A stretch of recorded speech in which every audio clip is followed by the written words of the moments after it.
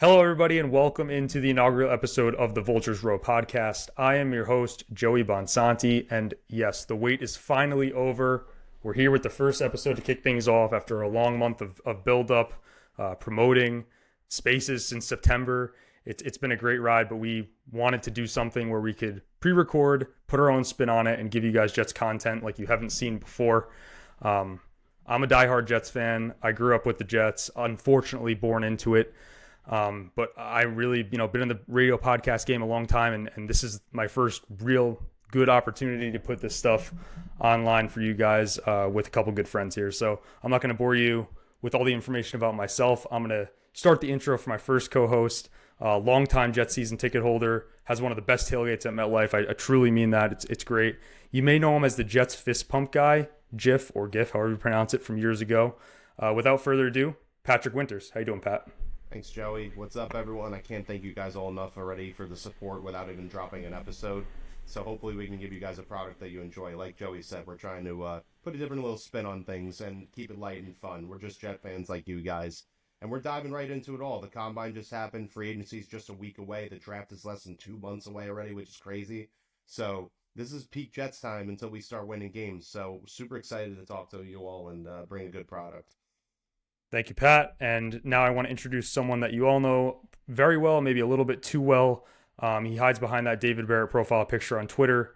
He occasionally has some pretty good Jet scoops, which some people get mad at, and is known as the people's source. I'd like to introduce to you the man himself, Tony Vegas. Tony, how's it going? Doing great, Joey. I can't emphasize enough. Thank you guys so much for the support. I started off as a Twitter with 6 followers, and it's become what it is. And you guys have allowed us to start a podcast and give you guys something that hopefully you've never seen before in Jets media. So really looking forward to get this thing rolling. And the spaces, the tweets, obviously those aren't going anywhere. Those are going to stay, throughout the process. But we wanted to give you guys something pre-recorded, and it's going to be pretty sweet. So stay tuned, and this is just the beginning. Absolutely. And we were going to talk some Jet stuff heading into this interview, but the interview is just too good that I think it's just best off we move right to it. We're going to jump right into the guests. Connor Hughes was nice enough to join us from SNY, one of the greats in the Jets beat. So without further ado, let's toss it to Connor Hughes. Enjoy the interview, guys.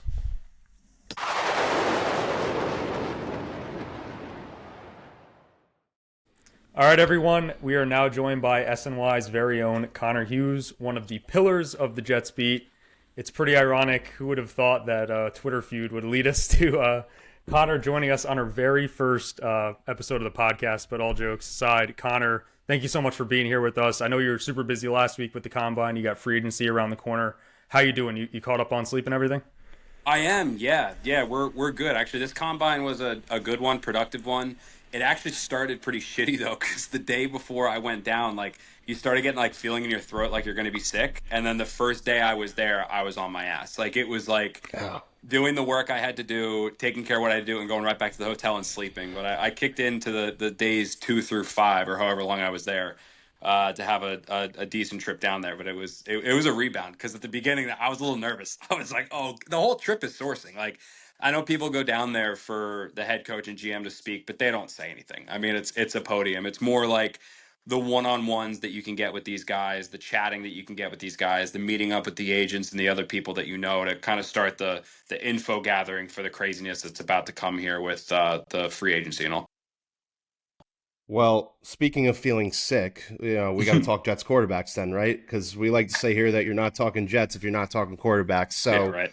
to make a long question short, there's obviously a ton of options on the table right now, free agency and the draft. I'm curious to know, from being at the Combine this past weekend, maybe getting a little bit more clarity on the situation. Where's your head at with this, and what do you ultimately think the Jets are going to do? Yeah, I know there's some stuff going around there about them trading up to number 1 or something like that. I would be very surprised if that happened.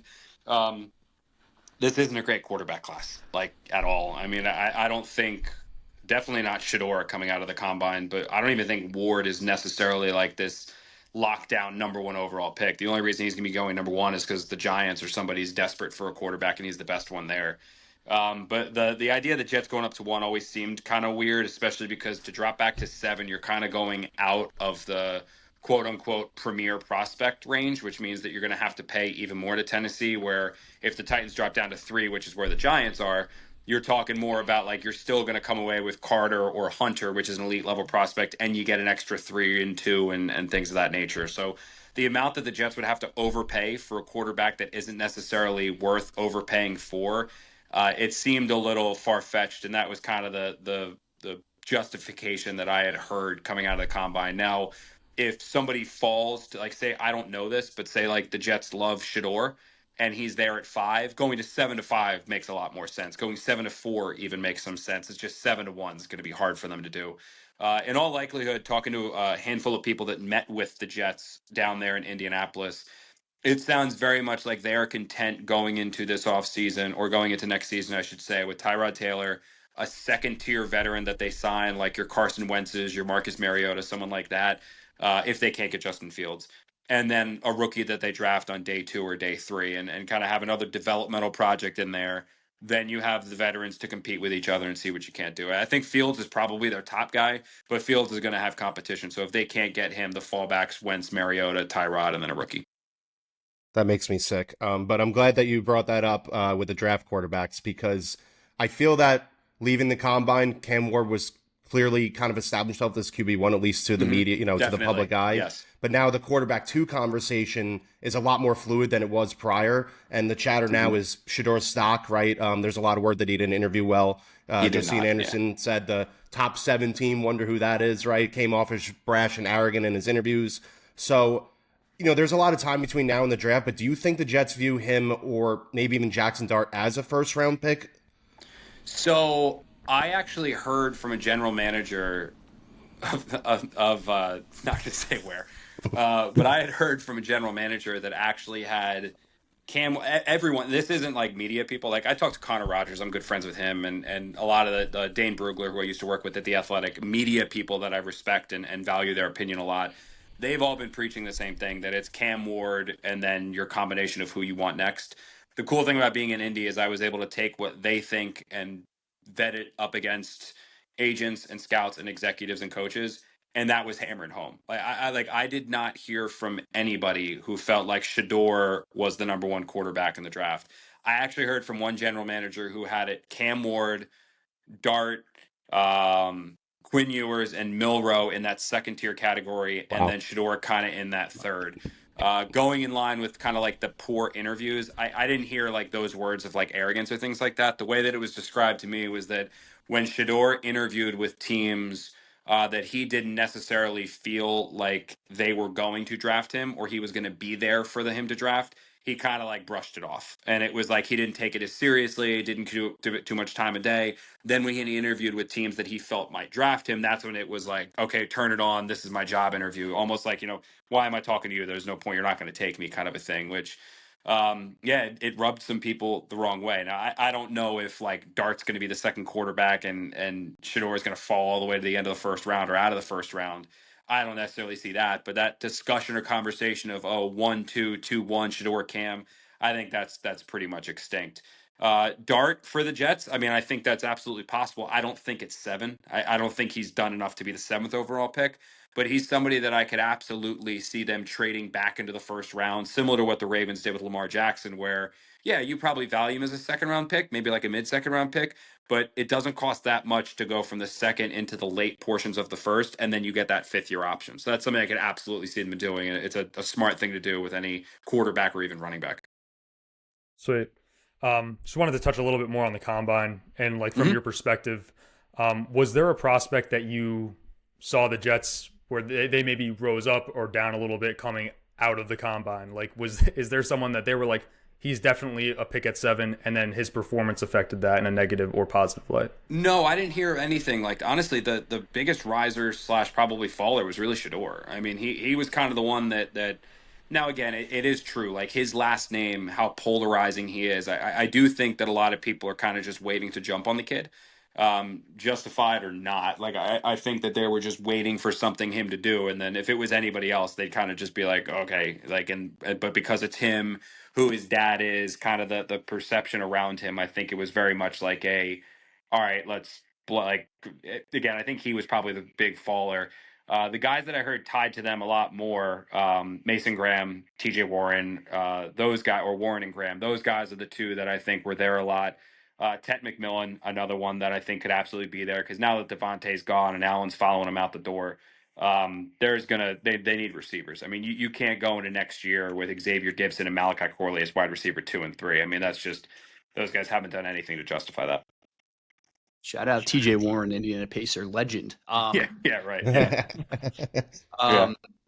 Talking a little bit about free agency, obviously, as Jets fans, this is our Super Bowl, right? Every offseason, It seems like we win free agency, and it never seems to translate to any wins.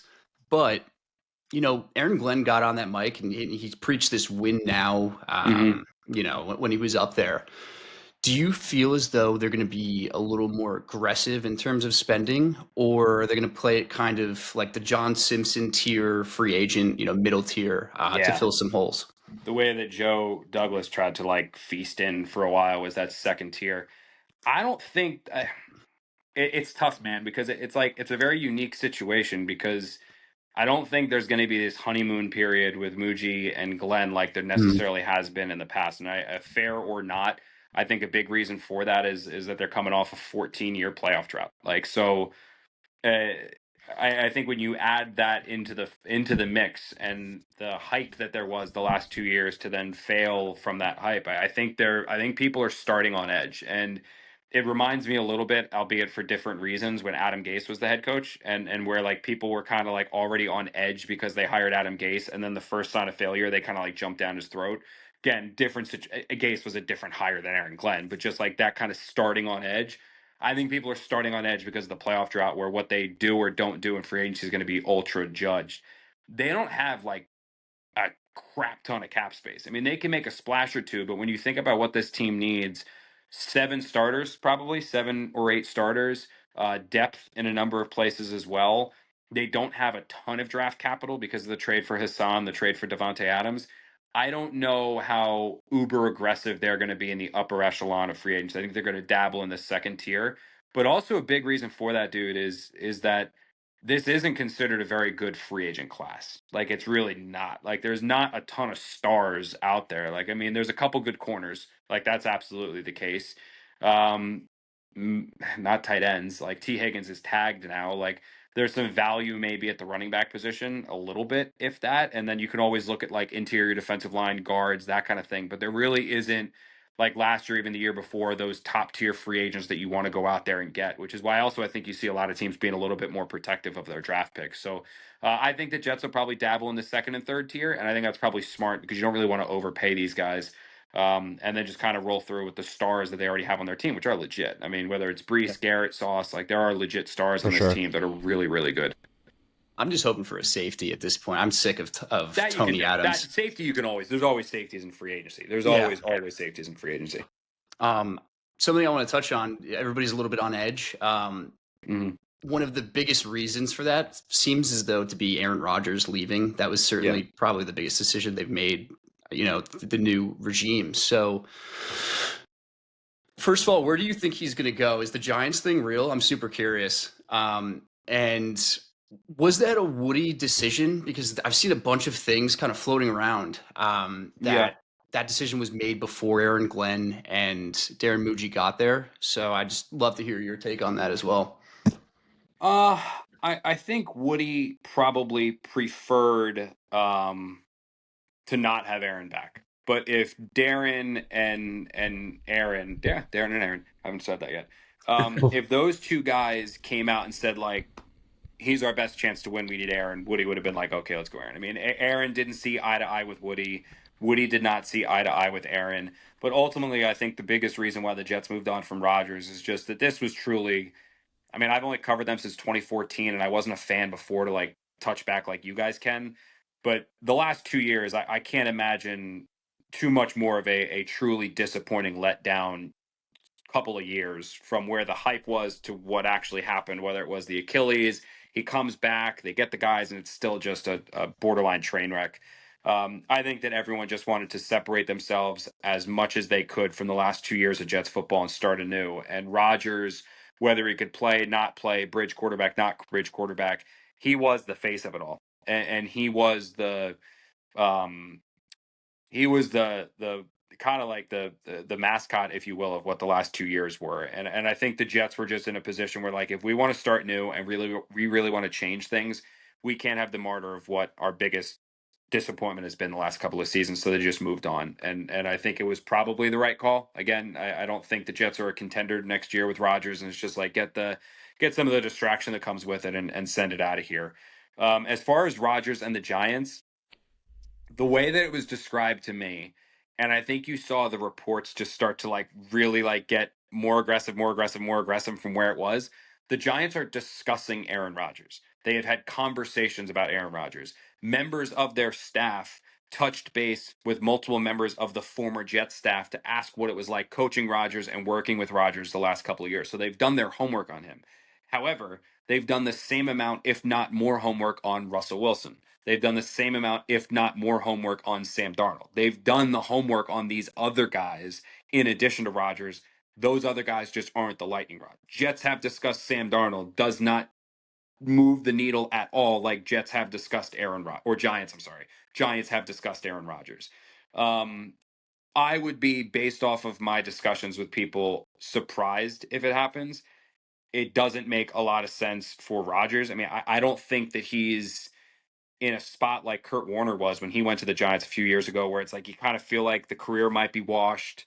Okay, I'll just start a few more games, be the veteran, hand it off to the rookie, and then ride off into the sunset. And obviously, Kurt had a revitalization with the Cardinals, but no one really saw that coming because he was backing up Matt Leinart there as well before taking over.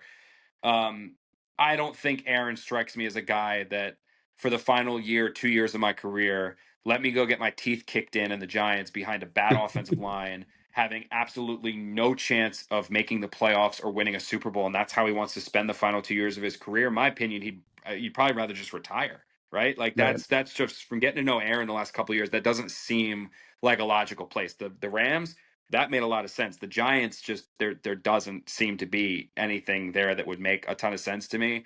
I think the Giants would probably explore it further if a lot of their other options they struck out on, if they weren't able to get Russell, if they weren't able to get Sam Darnold, then I think they would go back to Aaron and say, like, hey, you want to try to make this work? But just not even just based off of the conversations I've had, and I've had a lot of people that I talked to down in Indy reiterate that they would be wildly surprised if this happened. Some going as far as saying, like, yeah, no chance that actually, that's just a discussion, no chance. But crazier things have happened, but it would surprise me. It almost feels Yeah. like it's. I don't want to say like no, because it takes me back a little bit to like when the Jets got Tyron Smith, where like someone within the Jets building was like very high up within the Jets building was like, there is no chance we're getting him. And then the Jets ended up getting him because it was basically the Hail Mary contract that they threw out there, which Joe Douglas literally felt he was writing the contract for the Dallas Cowboys. Like he was going to write the contract, give it to Cowboys, and be like, okay, we'll match, and then he goes and plays for Dallas. So he literally threw a contract out to Tyron Smith, basically laughing like, yeah, no chance you take this. And then Tyron Smith took it. And then so it was like, so crazy stuff can happen where it's like, no chance we're getting him. Oh shit, he took that. We're here. So maybe, but I would be surprised if it happened. I would be. He Tony somehow Vegas got the underperformed that Tyron deal contract, by done. the way. Yeah. Yeah. Yeah. So I'm glad you brought up wide receiver before because, and I know you touched on it a little bit earlier in one of your clips that it's just outside of Garrett Wilson, it is nothing. Yeah. Well, I'm curious to see how the new staff handles Malachi Corley. Like he just has given us zero, and obviously, Devontae's gone. Adam Lazard's going to be gone. So I feel that this position it's got to be addressed not only in free agency, in the draft, maybe even with the 7th pick, right? And there's a lot of receivers that could be probably had on relative bargains in free agency, but probably not the ideal wide receiver too. So how do you expect them to attack this? Do you see them making like a legit wide receiver move, or do you see this more being like a Darius Slayton, Josh Palmer, Tim Patrick type of free agency? How do you see them kind of filling this room out? I think Gary Slayton would be a great signing. I think he is a wildly underrated wide receiver. I mean, the guy's been, 700, 800 yards a year playing with absolute dog doo-doo in the Giants. I mean, it's been terrible Daniel Jones. Who were the other guys that they were throwing out there in like the Joe Judge era where like, wasn't Mike Lennon starting games for them for a little bit? I mean, like disaster zone quarterback, and he's always been a 700-yard guy where if you put him on a good team opposite of Garrett Wilson, or if he went to the Chiefs or if he went to the Bills, like I think he can be a legitimate wide receiver. I don't think he's a wide receiver 1, 12, 1,300-yard guy, but I think he can be a legitimate wide receiver 2 for a good team. The guy I did hear that they poked around a lot on is Tim Patrick, which makes a lot of sense. I mean, Yeah. he's a The culture Detroit guy, a connection. solid veteran, worked with Glenn, does things the way that Glenn wants it to be done. But you're right. Like signing somebody like Patrick or Slayton and then pairing them with somebody else in the draft, I think that's the way that you have to go. Because this isn't like they need one receiver. Like they need several guys here that are going to fill some holes. And again, it's a bummer that things kind of transitioned the way that they did with Devontae, but it was because I mean, from a football X's and O's perspective, I didn't even realize this. He had 1,000 yards between the two teams last year. Like towards the end of the Wow. year when things went off the rails, I was bouncing back and forth between Giants, Jets, Giants, Jets. He had like 800 something with the Jets and then like 250, 200 something like that with the Raiders. So he had 1,000-yard season last year, which I was like, man, really? He had over 800 yards and 7 touchdowns with the Jets. Like he was a very productive player in 11 games, like really, really productive. So, I mean, yeah, you can make the argument they should have kept him, but they weren't going to keep him on that contract. He wasn't renegotiating to take less to stay with the Jets. He wants to go to a winner in West Coast or play with Rodgers, all that fun stuff. So, they now need to replace him. And then Alan Lazard was such a bust of a free agent signing, both as not a great guy in the locker room, didn't really set a great example for a lot of people, then obviously wildly underperformed on the field. We'll always have the 200-yard game that screwed us out of the 4th pick from Devontae, though. So thanks, Devontae. Yeah. And then sticking with free agency, you kind of mentioned Tim Patrick before, but anytime a new regime comes in, who do you see as some guys on defense and offense that Aaron Glenn could maybe bring in, or Steve's connections to Steve Wilkes? Yeah, Do you see I anyone wrote on it. either side of the ball? Who was that linebacker? I wrote about it today. The Jets met with him and they really liked him. Barnes, I think. Yeah.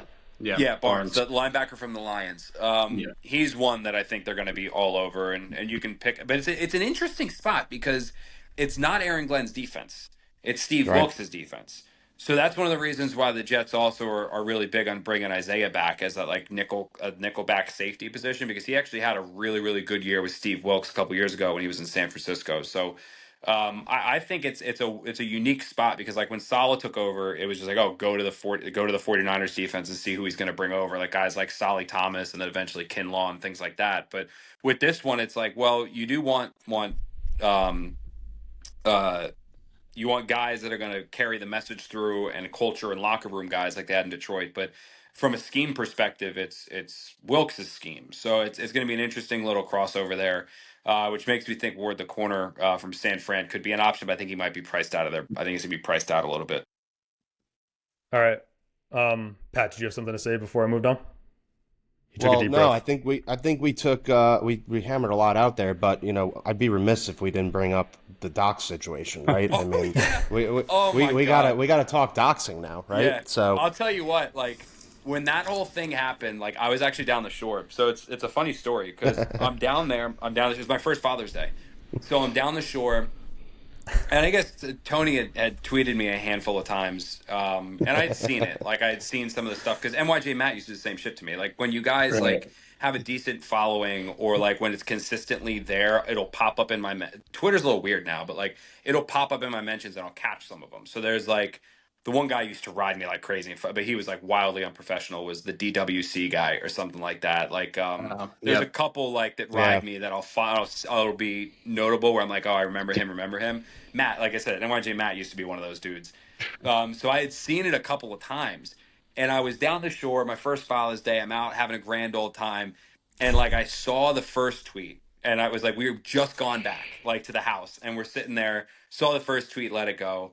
Saw the second tweet, and I'm like, for whatever reason, I was like, I'm gonna fire back. And like somebody had told me who you were, but like what totally threw me for a loop was like I tweeted it and then I put my phone down. Like I was like, oh okay. Like I thought nothing of it. I was like, okay, whatever, tweeted it, sent it out. I was like, we're done.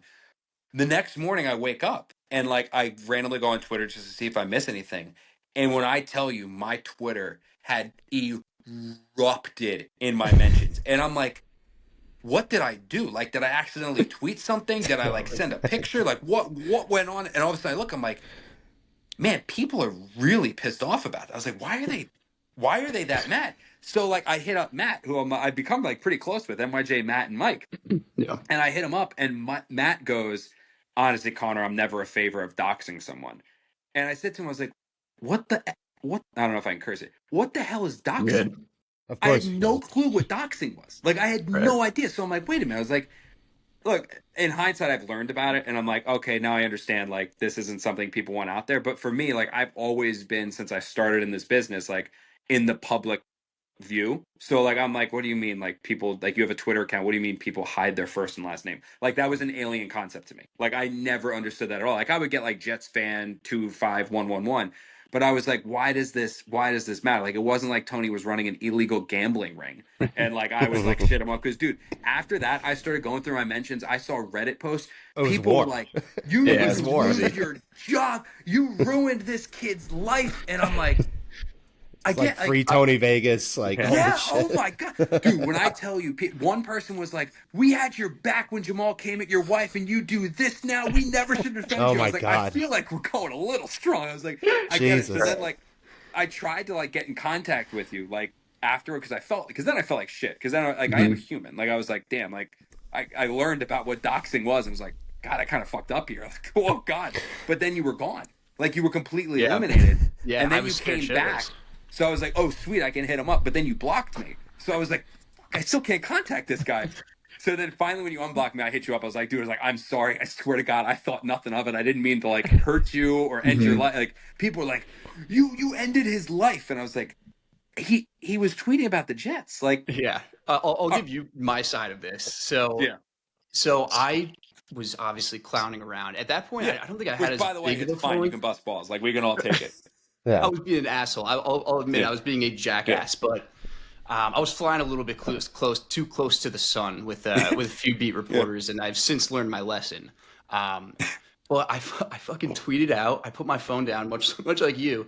I pick it up and I see the a bunch of fucking replies, and everyone's like posting my face, and I'm like, holy shit! I had just gotten this job, and I was probably like 3 weeks in. I had no fucking idea what to do, dude. I blocked you because I didn't even want to look at the tweet. Yeah. I deactivated my account, whatever, and I went into work the next day and acted like nothing happened, right? Yeah. A couple of days passed by, and one of the people I work with is a huge Jets fan. He goes, yo, do you know this Tony Vegas guy? And I'm like, no, You're what a are you celeb now. talking You got a about? raise out of it. I was like, no, what are you talking about? He's like, are you sure? And I'm like, yeah, that's me. Like, what are you talking about? Yeah. And he started fucking cracking up. Like, it was absolutely no big deal. 3 more people came up to me because, I don't know, they're like 30-year-old guys. They use Twitter. They follow sports, and they're Giants fans. They follow you. So 3 of them came up, and they were like, this is absolutely hysterical. Yeah. You know, reactivate your account, you psychopath. You're not going to get in any trouble. You weren't saying anything bad. So I'm like, holy shit. Like, I had absolutely nothing to worry about. And you know, now that the face is out there, it allowed me to do stuff like this. You know, I was always so scared to put my face. Well, I remember we were joking, like when it happened. I'm like, well, there's 2 options here, right? We can either make peace or we can double down, right? Yeah. And we were like, you know what? Let's just take the high road with this. Let's buddy up, right? And look, it led to this. And you know what? I'm glad to hear it from your end too, right? I get it. I'm a father. Couple drinks on Father's Day, right? Getting a little charged up. I get it, man. Fair. That's a fair characterization of it. Connor was awesome in the like he was great, very apologetic. I felt in the bad, DM. dude. No, I could all tell good. too, and I was like, dude, it's no big deal. Once I realized there was no big deal with work, I didn't give a fuck. Like it is what it is. And that was so weird to me. Like I guess I don't like I never, and this is ignorance. Like again, my entire professional career has been in this world. Like I've been so my face and my work has always been tied. I never in a million years associate until honestly Matt was the one who was like, dude, he goes, I'm NYJ Matt. Like I know, like obviously I'm tight with Matt now. Like I know who he is, but like he was like, dude, I can't put my last name because work can't have me like tweeting about the Jets and I can't be online. I was like, what? That's a thing? Like, because my wife's a nurse, like she has a Twitter account. Like, I mean, again, you can't go like tweeting out curses and like racist things and like political things. 100% get that.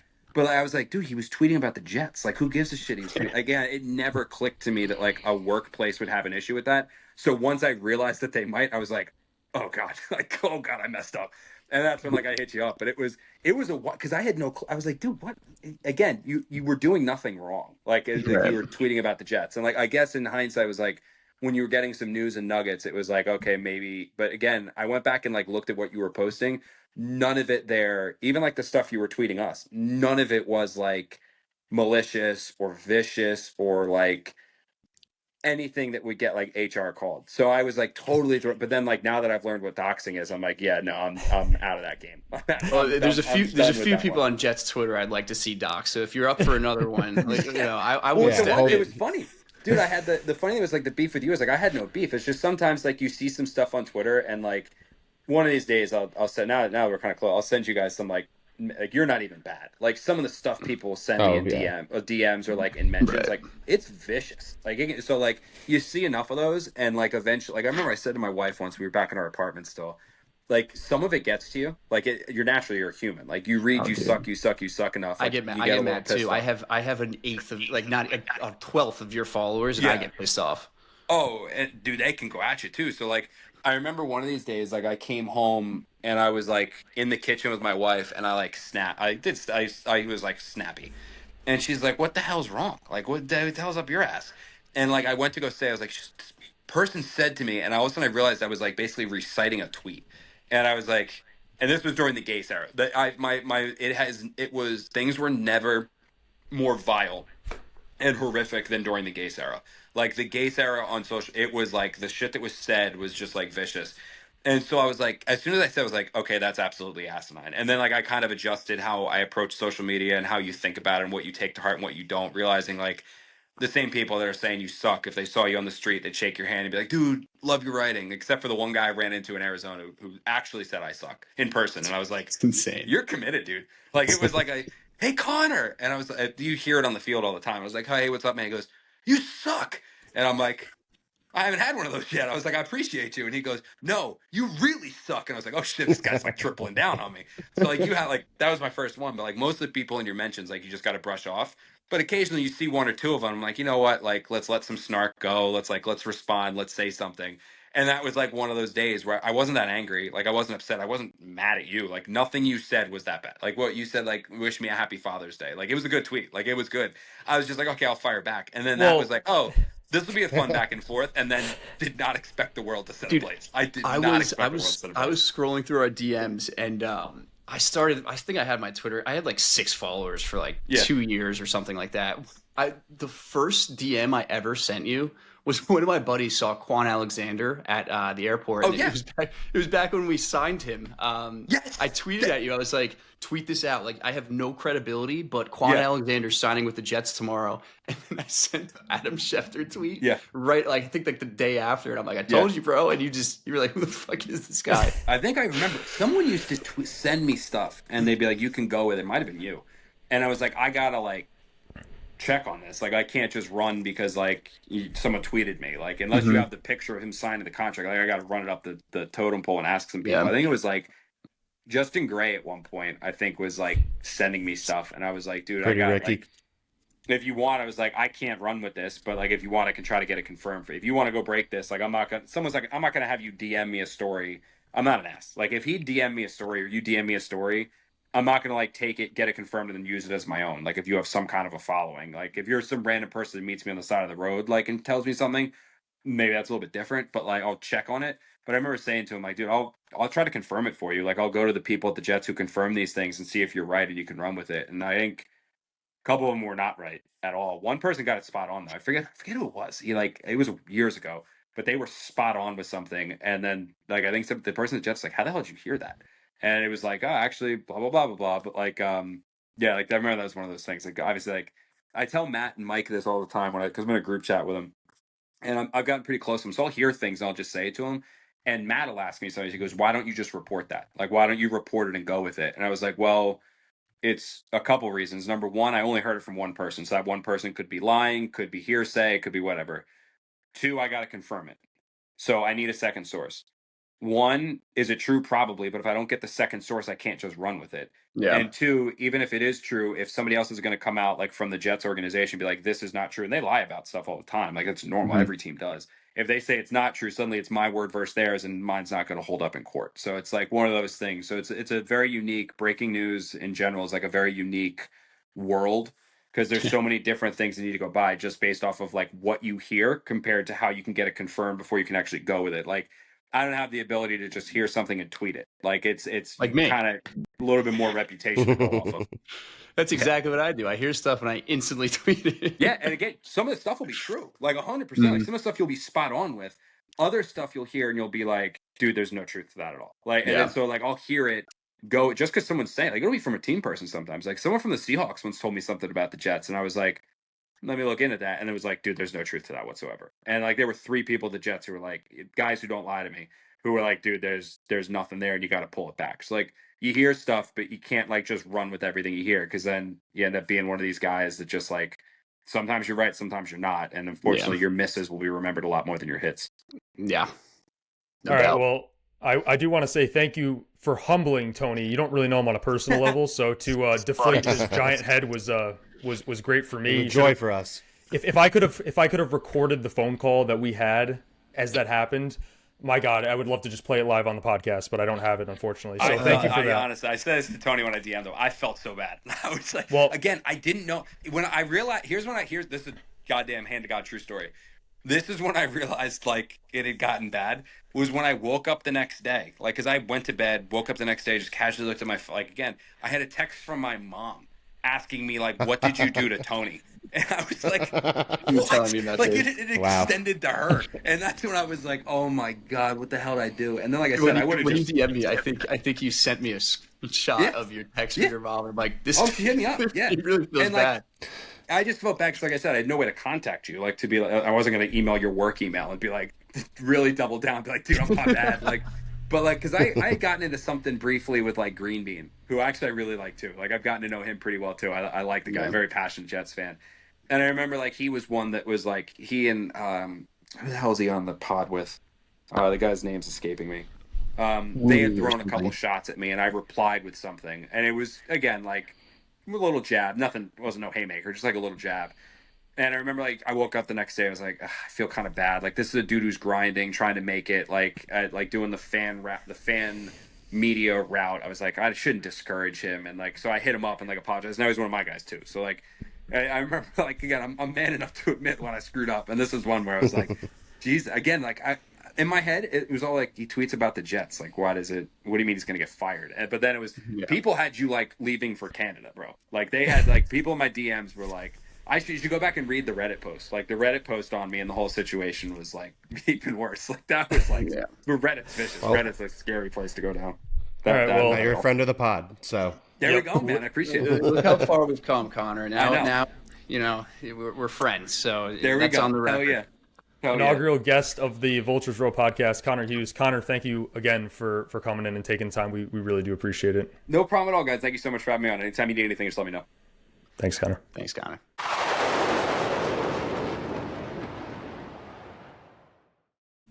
That was Connor Hughes, everyone. Thank you again, Connor, for coming on the podcast, giving us a ton of great info, and most importantly, touching on the doxing situation with our good friend Tony Vegas, which is a lot of the reason why a lot of you guys tuned in for this week's episode. So we're going to try a segment here to kick off the show in honor of Shane Gillis's. We're going to call this segment Couple of Beers. So we like to joke Love it. often about how many beers it would take for ourselves to talk ourselves into a situation. So let's apply that to the Jets QB situation this coming season. So I'm going to start with you, Tony, fitting because you love beer so much.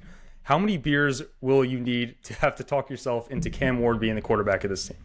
Right. I mean, it depends what beer we're talking about. Is it Michelob Ultra, Corona, Coors Light? Those are some of my favorites. But for Cam Ward, I love beer, but it's going to be 0. I mean, this guy is in my opinion, a future franchise quarterback. And that's something that all three of us have been waiting for the past 20 some odd years since Chad Pennington was donning the green and white. So for me, Cam Ward 0, I would be dead sober and I could say, all right, this is the future and I'm cool with this. I'd probably have 10 beers in excitement because I get the feeling now, unfortunately, it's becoming more unlikely unless the Jets just back the Brinks truck up to Nashville, right? But in terms of having to talk myself into it, I did that a long time ago soberly, so 0 beers. I'm with you guys on that train. Sober, 0 beers, Cam Ward, franchise quarterback for the Jets. I would take it any day of the week. All right, let's roll on here. Next one up, Justin Fields. Tony, what do you think about Justin Fields? Yeah, it's a little bit more of an interesting one, right? He's not Cam Ward, like slam dunk quarterback prospect. He's still 25 though, and he has some upside. He is one of those bridge quarterback options, and he's my probable option B right now, but behind trading up in the draft, which according to Connor doesn't seem very likely. So for me to really get pumped up and in that Jets mind frame of holy shit, we can win the Super Bowl this year, it would probably take me a good 4 beers to kind of get on that train. I love Justin Fields. I think he would really help us establish that run first offense that I think Aaron Glenn is trying to bring here. And I would be totally cool with him. 4 beers for me. I don't want to sound like a sober Sally, but I'm going to go 0 again. And that's because Wow. if you told me right now, as we record, that he's the guy, I would sign up right now for it out of desperation because from what we've heard, it looks like he's going back to Pittsburgh. So if that happens and you cross him off, you cross Cam Ward off, we're really entering the territory of drunk talking ourselves into quarterbacks. So I'm going 0 because I'd take him in a heartbeat at right now. Yeah, I'm not going to copy you, Pat. I'll say 1 beer. Just kind of sipping that 1 beer. I have that much confidence. I really think that with all the options out there, Justin Fields is going to be top tier option for us if he ends up, not going back to Pittsburgh. That is. Going to keep it rolling here. Let's move on to Tyrod Taylor, the likely starter for the New York Jets as of right now, probably. And Tony, what do now you we're think? entering the territory. Yep, Yeah. we are entering the territory. Take We're it, gonna Tone. I'm going to start sounding like an alcoholic really soon, right?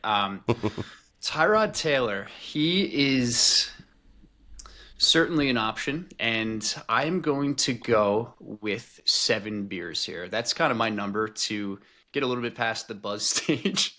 So 7 beers. I would have to be drunk to talk myself into Tyrod Taylor going to a game, especially if it's shitty weather. I mean, I really don't want to go to a Tyrod Taylor led team in the big year of 2025. If we had a young quarterback behind him, every time he gets hurt, it seems a franchise quarterback spawns out of nowhere behind him. So unfortunately, that doesn't seem like it's going to be the case. So I would have to be buzzing at the very least to get pumped up about a Tyrod Taylor QB1 situation. It's funny because just today I was talking to my uncle and I was sitting across from him at work at his desk and I said, "You realize we're going to pay season ticket money this year for Tyrod Taylor? That's what we're dealing with." And we kind of just looked at each other in disbelief. But I'm going to say 5 beers, and it's not really because of Tyrod, but if Tyrod's a starter, that means the likely scenario is we struck out on the top free agent quarterbacks, we struck out on the draft QBs, and we most likely took a Kyle McCord, a Will Howard, a Tyler Shuck, probably a mid-range, draft quarterback. So I'm saying 5 for that situation because if we take a quarterback within the first 3 rounds, we will be seeing him play this season most likely, and just some fresh new Jets quarterback blood where I can believe he's the savior is enough for me. So 5 beers.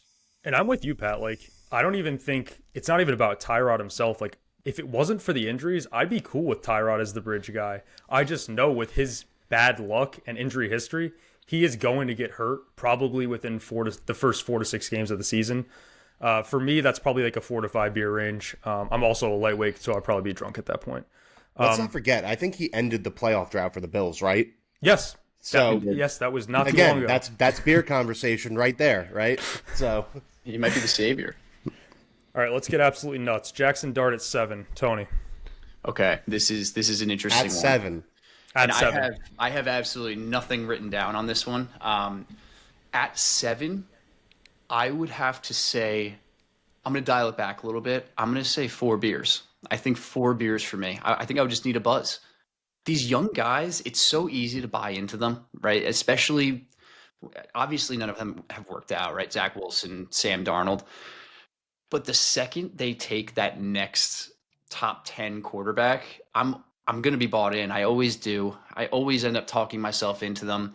So I'm going to just need a buzz, and I'll be telling my friends, "You what? This Jackson Dart kid has a fucking cannon, and and he might be the guy." So I'm not going to go too crazy on this one. Hopefully, you guys go higher than me on this, because right now I sound like a booze bag. So if this happened, I would probably already be a few deep on draft night. Okay. And if they took Jackson Dart at 7, it would mean he would have had to really climb up the ranks in the draft based on what, Connor said and what we've heard. So I'm kind of giving up my number here for buying into a rookie quarterback, but I'm going 5 after having 4 before the pick happened, right? So I'd be shocked for like 30 seconds, and then I'd immediately talk myself into it because whether you hit the nail on the head, Tony. What other choice do you have at that point? He's on the team, so just like every other Jets fan, I'm going to dive harder into the tape the next day. I'm going to convince himself he's a savior. So 5 beers. It's happened with every quarterback that we've taken.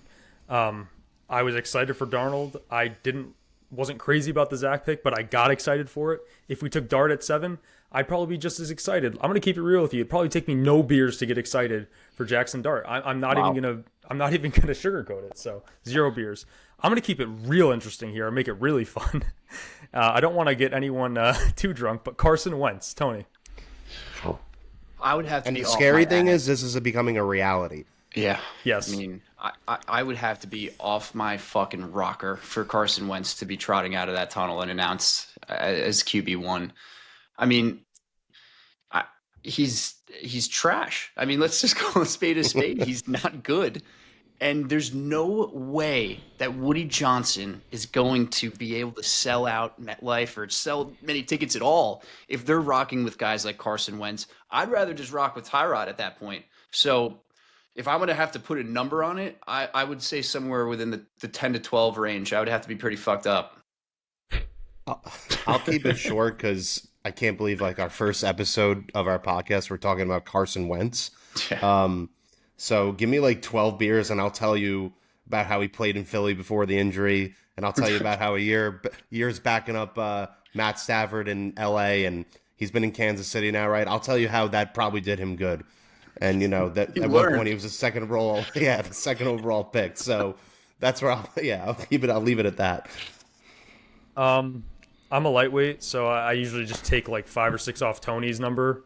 What did you say, Tone? 15? I said 10 to 12. 10 to 12. So I'll do like 6 to 7. That's good for me. That'd probably be good. Last one, and another just disgusting name, Marcus Mariota. He's in the same neighborhood, right? I mean, I have no idea what to expect from a guy like Marcus Mariota in 2025. I couldn't even tell you the last team he started on. I couldn't even tell you what team he's on right now. Is it the started for the Commanders? Did he start for them, right? Yeah. He started a couple games, yeah. Yeah, and you know what? Connor mentioned him as a potential option. I view him more as like a backup to Tyrod Taylor, but in a fantasy land where he's announced as the Jets guy moving into 2025, I mean, we're talking shots, we're talking beers, we're moving on from beer actually, and we're getting into the hard stuff. Similar situation. I personally couldn't buy into it. He's not a young guy with like upside like Justin Fields, and he's not a draft pick. I mean, I would be pretty miserable. Again, I'll keep it short, but like 12 to 15 beers, I'm going to close my eyes and I'm going to pretend it's 2015 again when I desperately wanted him in the draft, and I'll put Jameis Winston in that bucket too, right? So, just closing my eyes and pretending it's 2015 again. I mean, Jameis would probably be less because he started recently, and I think we're all kind of like, we could get behind a fun season of Jameis. Seven for Jameis. Yeah. I'd have a celebratory 7. Yeah, but 15 beers, I'm going to close my eyes and pretend it's 2015 again. Yeah, I'm with you there. I think same sort of Carson Wentz, 5 to 7 beers probably for me. Again, lightweight. Probably would be rinse, as Tony Vegas said. So that was a fun little segment. I think we're going to bring this back in some sort of way for, as the season progresses on. We'll find ways to incorporate it. But I think this is the moment that a lot of people have been waiting for, the build-up, the hype for this giveaway. We are giving away whatever game, we don't know yet which exactly one, right, Pat? We'll work that game out with you guys. But yeah, we're giving out one of my season tickets. It's front row Coaches Club. It's a great experience to come to our tailgate with us. You'll be with us hanging out. It's going to be a really good time. I promise you that. And again, want to thank everyone for subscribing and getting in on this giveaway. And hopefully, again, it's not just you're in it for the giveaway. You're here to listen to us. Yep, definitely. So can't thank you guys once again. And without further ado, I do want to announce the winner of this giveaway. The winner is, drum roll please. Thank you.